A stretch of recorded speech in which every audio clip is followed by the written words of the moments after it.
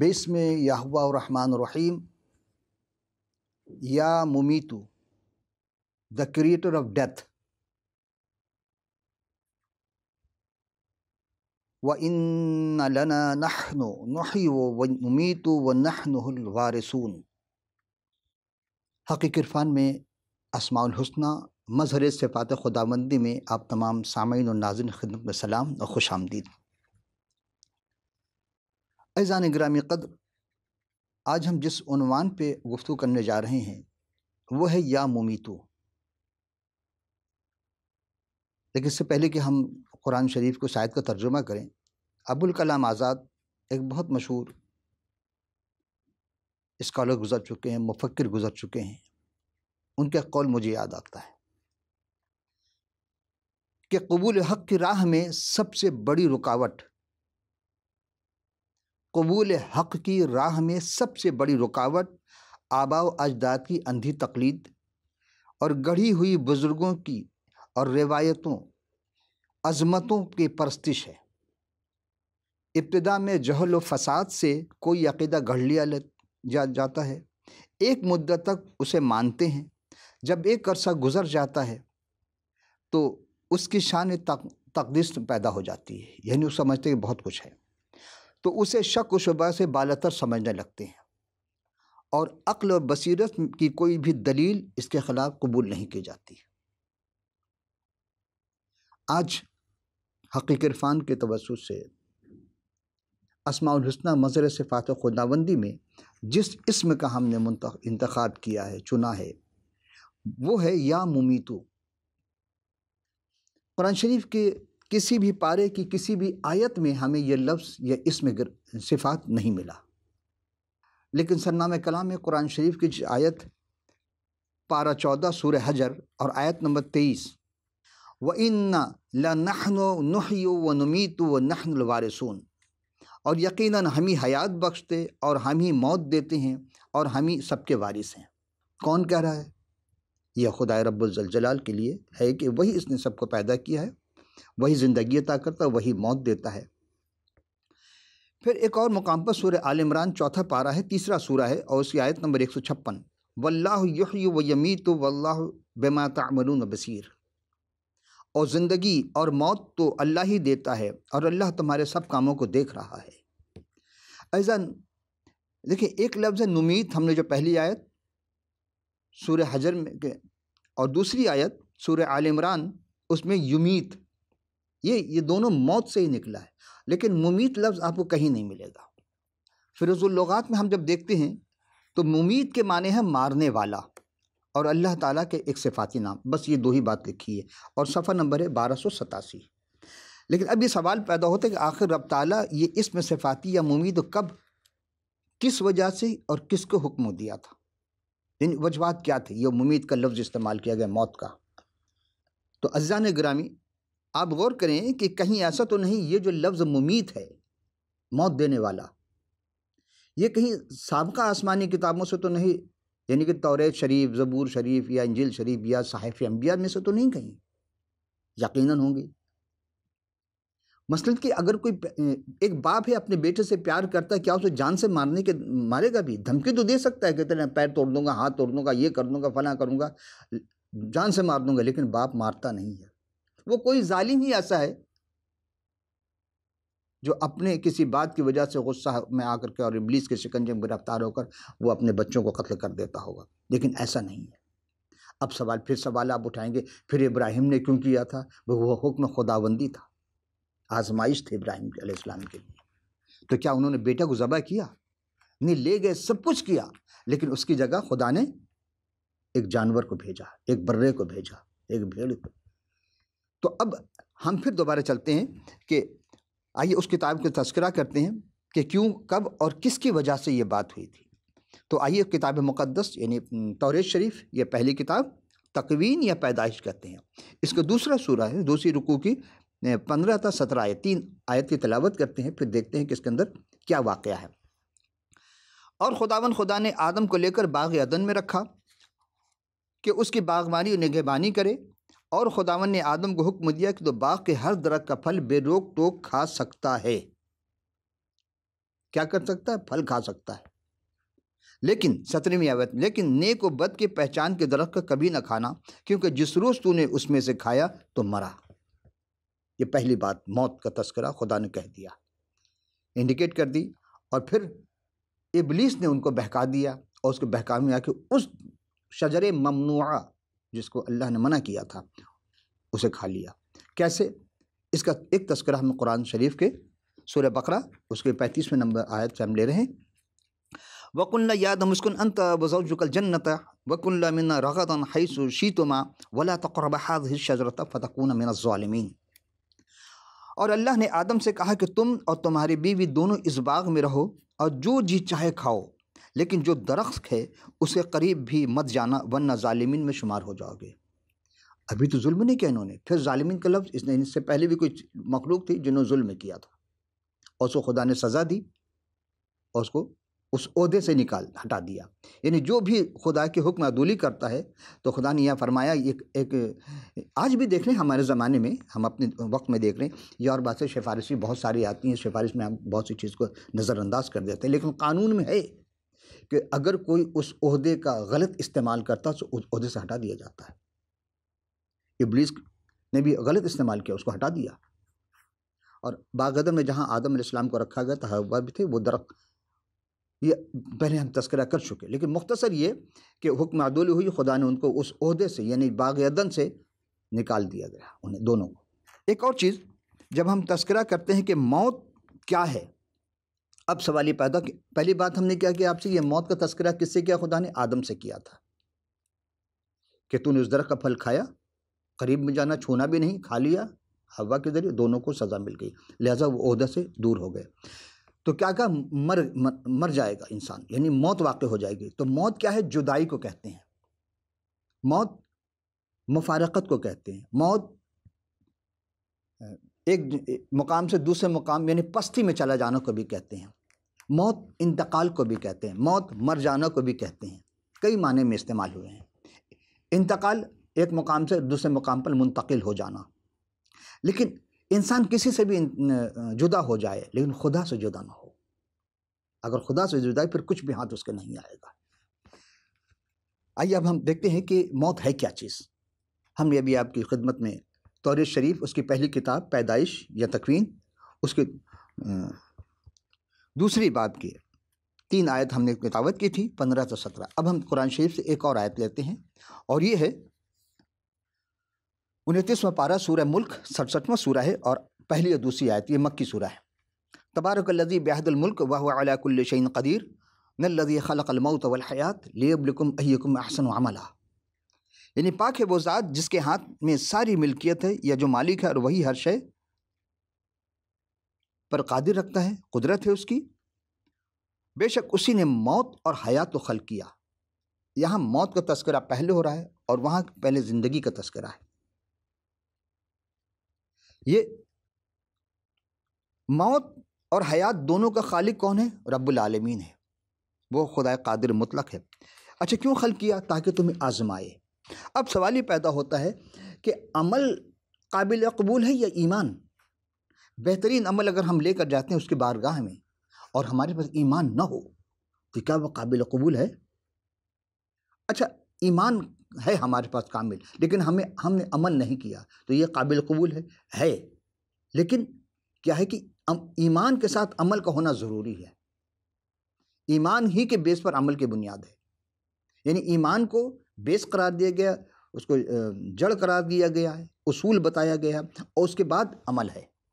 اگر عمل ہے ایمان نہیں تو بیکار ہے ساری چیزیں. بہت سارے لوگ نیک عمل کر رہے ہیں لیکن ایمان نہیں ہے تو خدا کی بارگاہ میں اس کی نگاہ میں وہ شخص تو نیک عمل کر رہا ہے لیکن اس کی کوئی جزا نہیں ہے، بس دنیا میں اس کو جزا دے دی جائے گی. آئیے عزیز ہم ایک اور کہ خالق کائنات کے لیے جو لفظ استعمال کیا جاتا ہے ہم غور کرتے ہیں کہ اس کی ذات کے لیے انسان کی زبان سے جو لفظ نکلتے ہیں، یہ جو اسم نکلا گیا ہے مختلف موقع پر وہ الفاظ کو دہراتا ہے، اس لفظ کو تعین کرتا ہے اپنے مقصد کی خاطر اور اپنے سینٹیمنٹل اور جذبات اپنے اس رجحان کے تحت جب سکون مل جاتا ہے کہتا ہے ہاں یہ اسم نے ہمارے لیے بڑا کام کیا. تو گویا کہ وہ اسم کو اتنا زیادہ ریپیٹ کرتا ہے، ذکر کرتا ہے، وہ اسم کے ذریعہ اس کو نجات ملتی ہے۔ نہیں، اصل چیز ہے کہ آپ کو وہ ایک نقطے پر مرکوز ہونا، یہ جو مراقبہ کرایا جاتا ہے، مراقبہ بھی وہی ہے کہ آپ ایک نقطے پر مرکوز ہو جائیں، آپ کی سوچ ایک خاص نقطے پر مرکوز ہو جائے، رک جائے وہاں پر۔ اور یہی چیز خدا رب العالمین بھی چاہتے ہیں کہ انسان جو بھی کام کرے لیکن خدائے وحدہ لا شریک کو سامنے رکھے، اسی کے احکام پر عمل کرے، تو اس کو پھر نجات ہے۔ پھر ہم غور کرتے ہیں کہ بنی نوع انسان جب اس وقت جب خدا کی ہستی یا خلقت کائنات کی اصلیت کے بارے میں غور کرے، سوچے سمجھے، تو اسے کچھ ضرور ملتا ہے، اور سب کچھ اس کے سامنے رکھ کر اگر وہ ساری چیزیں حاصل کر رکھ کر ایک موضوع لفظ تجویز کرنا چاہے تو کیا وہ ہو سکتا ہے؟ نہیں۔ ایک ہی وقت میں ایک شخص ظالم بھی آپ کہہ رہے ہیں، عادل بھی ہے اور منصف بھی ہے اور ساری چیزیں، رحمان بھی ہے، رحیم بھی ہے، زبردست بھی ہے، اور وہ ساری چیز ایک وقت میں نہیں ہو سکتی، لیکن اس خالق کائنات کے لیے ہے۔ لیکن آپ جب اس لفظ کسی ایک اسم کو لے کر چلیں گے تو ایک ہی نقطے پر مرکوز ہوں گے، جبکہ وہ تو لامتناہی ہے۔ جو ذہن میں آ گئے وہ خدا کیوں کر ہوا؟ خدا ذہن میں نہیں آ سکتا ہے۔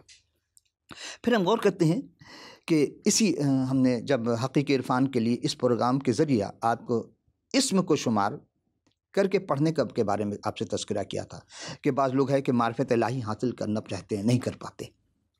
ایک بزرگ بہت مشہور ایک واقعہ انہوں نے پیش کیا کہ ایک شخص دنیا چھوڑ کر، اپنے اہل عیال کو چھوڑ کر جنگل میں چلا گیا، اور وہاں جہاں تھا وہ ایک ہرن کا بچہ تھا، جہاں وہ جا کر ٹھہرا۔ بس اتنا سامان لے گیا تھا کہ وہیں رہنے کے لیے کھا پی سکے، پھر درخت کے پتے پھل وغیرہ کھاتا رہا۔ لیکن اس کا یہ طریقہ تھا کہ وہ تنہا رہتا تھا، اور جو ہرن تھا اس کے قریب ہی جاتا، لیکن ہرن کبھی بیٹھتے ہوئے اس نے نہیں دیکھا۔ یہ کبھی کھڑے ہو کر زور شور سے چیخ چیخ کر اللہ کا تذکرہ، کبھی اللہ کا مختلف جو جسم تھے اس کے پاس، وہ اسم کا ذکر کرتا رہا، اور ہرن کھڑا رہتا تھا، کبھی یہ سو کر، کبھی لیٹ کر، کبھی بیٹھ کر، کبھی ہاتھ کے بل کھڑے ہو جاتا، کبھی بالکل سیدھے کھڑے ہو کر، یعنی جو اس رکوع کی حالت میں، سجدے کی حالت میں، قیام کی حالت میں وہ ذکر کرتا رہا۔ ایک دن ہرن سے اس نے پوچھا کہ تجھے کبھی میں بیٹھتے ہوئے نہیں دیکھا۔ اب سوچے کیا حیوان اور انسانی گفتگو ہو سکتی ہے؟ تو بزرگ نے کہا کہ بھئی ہوئی گفتگو، تو ہرن نے کہا کہ مجھے کہیں بیٹھتے نہیں، میں کیسے بیٹھ سکتا ہوں؟ حالانکہ ممکن ہے کہ جب وہ سو جاتا ہو ہرن بیٹھ جاتا ہوگا، لیکن اس شخص کی نگاہ میں کبھی بیٹھا نہیں تھا۔ کہنے بات یہ ہے کہ خدا نے میرے ناف میں مشک پیدا کیا ہے، اور اس خوشبو سے میں اتنا معطر رہتا ہوں کہ مجھے نیند نہیں آتی۔ حالانکہ خوشبو سے نیند آ جاتی ہے، وہ کہتے ہیں میں نہیں سو سکتا۔ لیکن ایک بات تو بتاؤ، تم اپنے اہل عیال، پورے خاندان کو، پورے قبیلے کو چھوڑ کے اس جنگل میں کیوں آئے؟ یہ تو ہمارا علاقہ ہے، آپ کا تو نہیں ہے۔ تو اس نے کہا کیا مطلب؟ پوری کائنات تو اللہ نے ہمارے لیے بنائی ہے۔ کہاں بنائی ہے، لیکن آپ کو وہاں خدمت کرنی تھی۔ آپ کبھی کھڑے ہو کر، کبھی بیٹھ کر، کبھی جھک کر، کبھی سو کر کے اتنے چیخ چیخ کر کے خدا کو پکار دے، کیا آپ کا خدا کہیں کھو گیا ہے، کہیں گم ہو گیا ہے؟ جاپو سے پکار رہے ہو، اور آپ کہتے ہو کہ نحن اقرب الیہ ورید، کہ خدا تو آپ کے شہرک سے زیادہ قریب ہے، تو پھر آپ یہاں کیا؟ کہتے کہ وہ شخص کے پاس جواب نہیں تھا، وہ شرمندہ ہوا اور وہاں سے واپس دوبارہ آیا اس دنیا میں، جہاں اس کے اہل ویال تھے، خاندان تھا، قبیلہ تھا، وہاں اس نے خدمت کرنی شروع کر دی۔ تو پہلے سے زیادہ وہ خالق کائنات کو سمجھنے لگا، معرفت الہی حاصل ہوا۔ تو معرفت الہی کے لیے پروردگار کسی کے ذریعے بھی ہدایت دے سکتا ہے۔ اب انسان کا کام ہے اس کو وہ کلیکٹ کرے، ریسیو کرے، قبول کرے کہ ہاں یہ چیز صحیح ہے۔ وہ گائے اور بکری کی نظم تو آپ نے سنی ہوگی علامہ اقبال کی، کہ گو کہ چھوٹی ہے ذات بکری کی، دل کو لگتی ہے بات بکری کی۔ خدا نے کائنات میں انسان کو سے زیادہ کسی سے محبت نہیں کی۔ اور پھر ہم غور کرتے ہیں کہ یہی وجہ ہے کہ جب کبھی اس راہ میں عرفان اور بصیرت کی کوئی بڑی سے بڑی بات کہی گئی تو صرف یہی نہیں کہ زیادہ سے زیادہ خود رفتگی کا اعتراف کیا گیا۔ آپ کسی بزرگ کے پاس چلیں ہیں کہ یہ فلاں اسم کا تذکرہ کریں، وہ جھومنا شروع کر دیتے ہیں، واہ واہ سبحان اللہ کیا بات ہے، لیکن جب اس کے اغراض و مقاصد پوچھے جائیں کہ جو اسم ہے خدا نے کیوں رکھا ہے، یہ کس نے رکھا، تو بہت یعنی اب تک ایسے عارف نہیں ملے جو اس راز سے پردہ اٹھا سکیں۔ علماء کے پاس جائیے، وہاں بھی وہی تعویذ گنڈے والی بات ہو جائے گی کہ جی اسم کو اتنے ہزار مرتبہ اور اتنے لاکھ مرتبہ پڑھ لیجئے، اس مرض کے لیے کام آ جائے گا، اس مصیبت کے لیے کام آ جائے گا۔ بھئی مصیبت آئی کیوں، پہلے ہم یہ دیکھنا ہے، ہماری کوتاہی، ہماری غلطی، ہمارے گناہ تو نہیں ہے کہیں درمیان میں ہوتی، تو اس کی معافی مانگی اس کو رب العالمین کے بارگاہ میں یقین کامل کے ساتھ. اگر آپ نے ایک دفعہ بھی پڑھ لیا یقین کامل کے ساتھ تو 1000 پہ بھاری ہے. مثال دوں آپ کو, بتائیے 1 روپیہ زیادہ ہے یا 1 لاکھ؟ آپ جس سے پوچھیں گے نہیں لاکھ تو بہت بڑا. بالکل. کیا 1 پیسہ زیادہ ہے یا 1 لاکھ روپیہ؟ اب پھر سوال, اب تو روپیہ سے میں پیسے پہ آ گیا ہوں, اب تو پیسے چلتے بھی نہیں ہیں. کہا کہ نہیں لاکھ بڑا ہے. نہیں, خدا دل کو دیکھتا ہے, نیت کو دیکھتا ہے, اعتقاد کو دیکھتا ہے. کہ وہ آپ کو یاد ہوگا ایک میں نے واقعہ بتایا تھا کہ وہ 2 دمڑی ایک ضعیفہ نے ایک خدا کے گلے میں ڈالی تھی اور لوگ اپنی اپنی استطاعت کے مطابق لا کر ڈال رہے تھے. تو جناب مسیح نے کیا فرمایا کہ سب سے زیادہ خدا کے گلے میں اسی ضعیفہ نے ڈالا, اسی بیوہ ضعیفہ نے ڈالا. کیوں؟ اس کے پاس اساسا وہی 2 دمڑی تھی. تو جس نے ڈالا اپنی استطاعت کے مطابق اپنے پیسے کو بچا کر کے 10واں حصہ ڈالا, اور جس کے پاس کل کا کل تھا دے دیا. تو اب جو خدا کی راہ میں اگر 1 پیسہ دے دیتا ہے یا 1 روپیہ دے دیتا ہے اور جو دکھا کر لاکھوں روپیہ دیتا ہے, تو اب بتائیے کون سا زیادہ فائدہ مند رہا؟ خدا کی نگاہ میں کون قبول کیا؟ 1 روپیہ 1 لاکھ. آج تو بہت زیادہ ٹی وی سیشن ہوتے ہیں, چیک دے دی جاتی, چیک کیش نہیں ہوگا, آپ بھاگتے رہیے جی فلاں کوئی بیوہ تھی ان کو اتنے لاکھ کا چیک دیا گیا, فلاں حادثے میں شکار ہو گیا, اس کو اتنے 5 لاکھ کا لیے. وہ لاکھ تو ضرور آ رہے زبان پر, میڈیا میں شو کر رہی ہے, لیکن کیا اس غریب کو ملا؟ نہیں ملا. غریب اگر اپنے گھر اپنے بچوں کے لیے گھر کے لیے قرض لیتا ہے تو کلکی ہو جاتی, دے نہیں پاتا. اور لوگ خربوں روپے اربوں روپے کھا گئے. کس کا پیسہ تھا؟ عوام کا. تو عزیز و خدا ایک ایک چیز کا حساب لے گا. اسی لیے وہ ظالم کو معاف نہیں کرتا, کبھی معاف نہیں کرے گا, ورنہ وہ عادل نہیں رہا.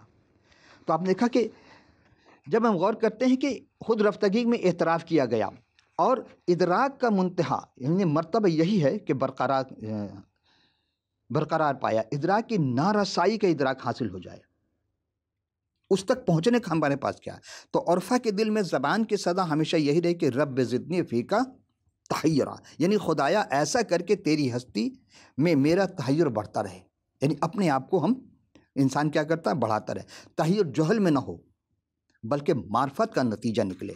اور حکمہ کی حکمت اور دانش کا بھی یہی فیصلہ ہوا کہ معلوم شد کہ ہیچ معلوم نہ شد. معلوم کیا لیکن کیا معلوم ہوا؟ کہ کچھ بھی معلوم نہ کر سکے. بھلا اس پہ کوئی غور کر کے کیا حاصل کر سکتا ہے؟ وہ بغیر کسی ایسے تصور کے پوری نہیں ہو سکتی جو کسی نہ کسی شکل میں اس کے سامنے آئے. اور سامنے جبھی آ سکتا ہے کہ اس کے متعلق غیر مشخص چہرہ پر, یعنی ایسا چہرہ پر کوئی نہ کوئی نقاب تشخص کو نہ پڑے, یعنی کوئی نقاب لگا کے نہیں آ سکتا. اور وہ جب سامنے آ جائے گا تو تسلیم کرنا پڑے کہ ہاں یہ وہی ہے.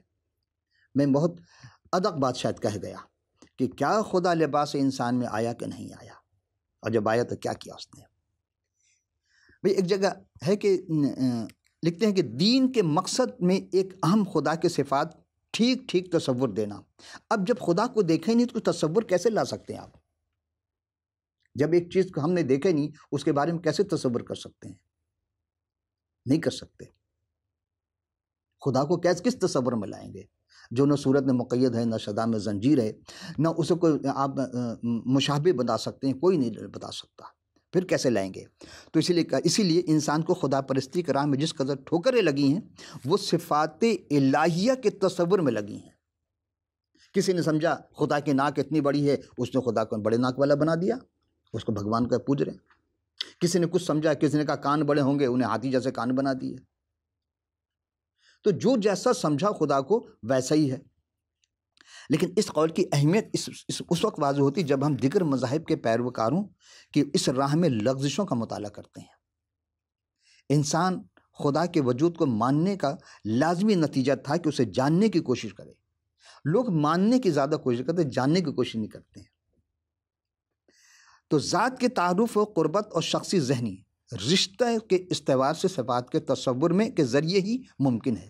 یعنی جب تک رشتہ آپ نہیں قائم کریں گے اس وقت تک تصور نہیں ہوگا. ایک عام آدمی کو آپ رشتہ نہیں بنا سکتے جب تک جانچیں گے نہیں, پرکھیں گے نہیں.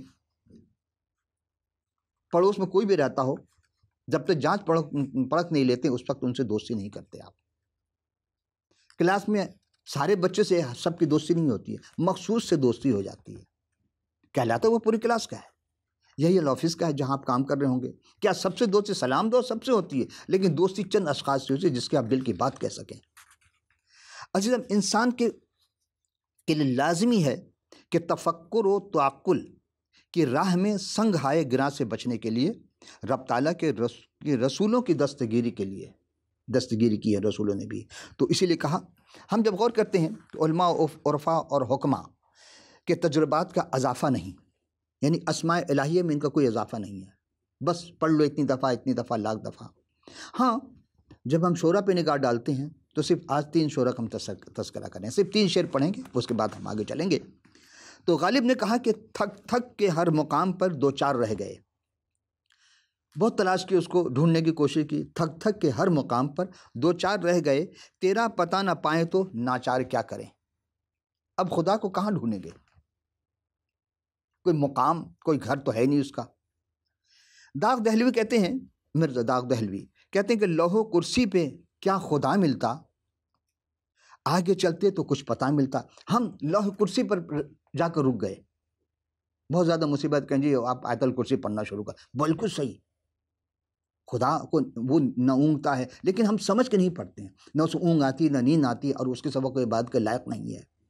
بالکل، لیکن جب تک اسی ایمان و یقین کے ساتھ نہیں پڑھیں گے بیکار ہے. آخری سے امیر بینائی نے کہا کہ پڑھا ماں عرفہ نہ کا برسوں امیر، کچھ تو معرفت اس کی حاصل ہوئی. پڑھنے سے اگر معرفت مل جاتی ہے تو عارف کہلائے گا وہ.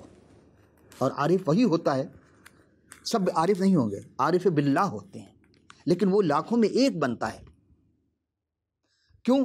اس لیے کہ جب تک اس کو عرفان حاصل نہیں ہوگا وہ اس ذات تک نہیں پہنچ پائے. ذات تک تو پہنچے، صفات میں اس کو تلاش کرے گا تو کہیں نہ کہیں وہ ذات بھی اس کو نظر آ جائے گی. تو اسی لیے ہم جب یا ممیتوں کا ہم ذکر کرتے ہیں تو ہم دیکھتے ہیں صاف ظاہر کہ خدا ہر کام کے برابر لانا چاہتا ہے، ہر کام کو اس کے مقام پر رکھنا چاہتا ہے. اسی لیے اس نے عدل و انصاف کو بھی رکھا تاکہ جس کا جو مقام ہے اس مقام پر تک لے جائے، اس مقام اس ملے. جیسا کام ویسا انعام، اور کام نہیں کیا تو پھر سزا. تو خدا نے جناب نوح 600 سال ہوئے تبلیغ کرتے رہے، لیکن کتنوں نے ایمان لایا؟ کل معدود چند وہ تھے. ان کو 3 صاحبزادے، یعنی سام، حام، یافت، جس سے پوری دنیا پھر نسل چلی، اور ان کے 3 بہویں. اور وہ جو جانور حلال و حرام جانور جو رکھے تھے کشتی میں، وہ جانور بچے. اس سے پہلے انسان پھل فروٹ اور ساگ کھایا کرتے تھے، لیکن طوفان نوح کے بعد خدا نے پھر جانوروں کو کھانے کا حکم دیا. اس سے پہلے نہیں کھاتے تھے. پھر آپ دیکھیں گے کہ جو ظلم کیوں طوفان لایا، اس لیے کہ لوگ بت پرستی میں اتنے آگے بڑھ گئے تھے، گناہ میں اتنے گر گئے تھے. جب کون سے گناہ؟ یعنی کہ جو نسل تھی، جو خدا کے ماننے والے لوگ تھے، وہ انہوں نے کیا کیا کہ بت پرستوں کے جا کے شادی کر لی. وہ ان کی یہاں بھی وہی بت پرستی شروع ہو گئی. تو یہ گناہ پہ گناہ ہونا شروع ہو گیا. پھر خدا تو اللہ تو برداشت نہیں کر سکتا چیز کو کہ اس کو چھوڑ کر کوئی کسی اور کو کہے، اس لیے اس نے غرق کر دیا پوری دنیا.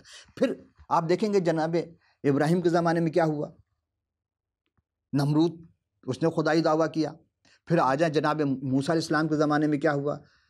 کیا فرعون بچا؟ اپنا لا و لشکر لے کر خدا نے اس کو غرق کر دیا. یعنی کہ خدا موت ایسے نہیں دیتا ہے، وہ تنبیہ کرتا رہتا ہے، بار بار انہیں سمجھاتا رہتا ہے، پیغمبر اسلام کے ذریعے، پیغمبروں کے ذریعہ، انبیاء کے ذریعہ، رسولوں کے ذریعہ میسج بھیجتا رہتا ہے کہ جاؤ جا کر سمجھاؤ. 10 مرتبہ خدا نے فرعون کو معاف کیا تھا، مختلف عذاب، کبھی جوئیں کا، کبھی میڈک کا، کبھی کسی چیز کا، پانی کو خون کر دیا، بہت سارے، لیکن وہ نہیں مانا. کیوں؟ کہ خدا بار بار یہ کہتا تھا کہ میرے ان لوگوں کو جانے دے. جو خدا کے بندے تھے ان پر فرعون ظلم کرتا تھا. تو پتہ چلا کہ فرعون کے ماننے والے اور تھے اور خدا کے ماننے والے اور تھے. تو خدا تو برداشت نہیں کیا، اس رب العالمین نے برداشت نہیں کیا. اور پھر اس رات کہ خدا کی عبادت سے جو روک دے گا سمجھو وہ بڑا ظالم ہے. اور پھر اس نے کیا فرعون کو غرق کر دیا. آج اس کی لاش محفوظ ہے. کہہ دیجیے عبرت کے لیے ہے، تو لوگ تو جا کے وہ تو ٹکٹ لگے ہیں وہاں، تو پیسہ خرچ کر جا کے دیکھتے ہیں کیا حاصل کر لیا انسان نے اس سے عبرت.